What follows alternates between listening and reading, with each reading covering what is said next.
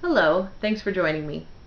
I'm going to be doing a feature called First Page Fridays, and it's not going to be every Friday, but every once in a while I'll have a nice little First Page Friday where I read a first page off of a book from my shelf. I'll roll a set of dice like this, and that set of dice will correlate to a book on that shelf. This time I ended up with Ripe for Scandal by Isobel Carr. He had the saddest eyebrows in the world. They were straight and well defined, but they dipped from the center downward to their end, leaving him with a melancholy expression that didn't entirely dissipate when he smiled. Every time Lady Boadicea Vaughan saw him, she found herself wanting to cup his cheeks, smooth those brows with her thumbs, and kiss away whatever it was that haunted him. Not that he'd ever noticed. Gareth Sanderson, second son of the Earl of Roxwell, still thought of her as his friend Leonida's scrubby little sister.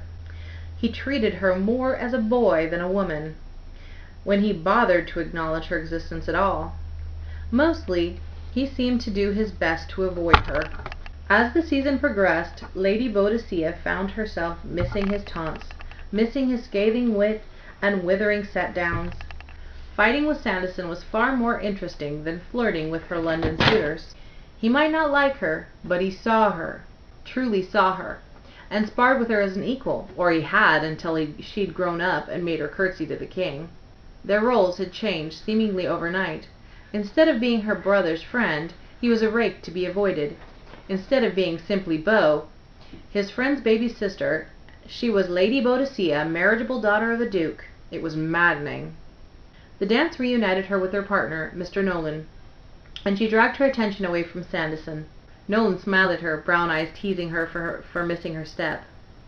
Beau smiled back.